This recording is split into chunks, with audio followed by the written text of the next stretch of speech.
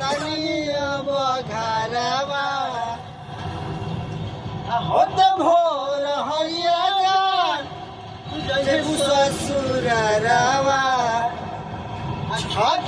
छछनी रोए परान अरे अब नाही होई अब मिलनवा हो जाने चले जाइबू ससुरार। अभी और है इसका लॉक खोलिए, थोड़ा लॉक खुल रहा है भाई, थोड़ा इंतजार करिए। और दूसरे के मोबाइल से हम रिकॉर्डिंग पे जाते हैं, हम अभी करते हैं।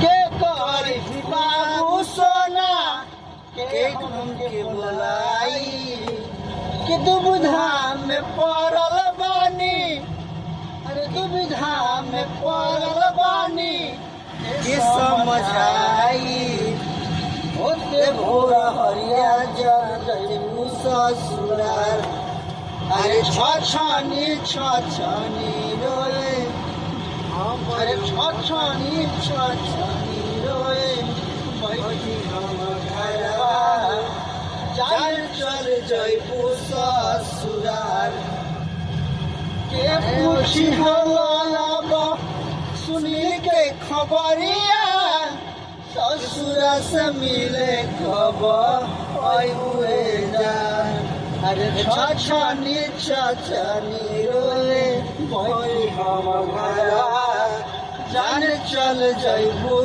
ससुरार। इस तरह जो हम तू गाना गाए है ना